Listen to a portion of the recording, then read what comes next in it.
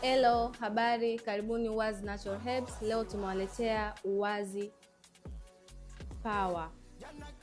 Hiki ni kichocheo cha asili chenye kukupa nguvu na msisimko wakati wa tendo. Dawa hii unaipata kwa shilingi 20,000 ya Kitanzania. Matumizi ya dawa ni unakunywa vifuniko vitatu nusu saa kabla ya tendo. Kwa nini utumie Uwazi Power? Faida ya kwanza, kichocheo hiki ikiwa unahitaji kushiriki tendo na uume wako unachukua muda mrefu kusimama wakati wa tendo, kichocheo hiki kitakusaidia kusimamisha uume wako kwa wakati huo.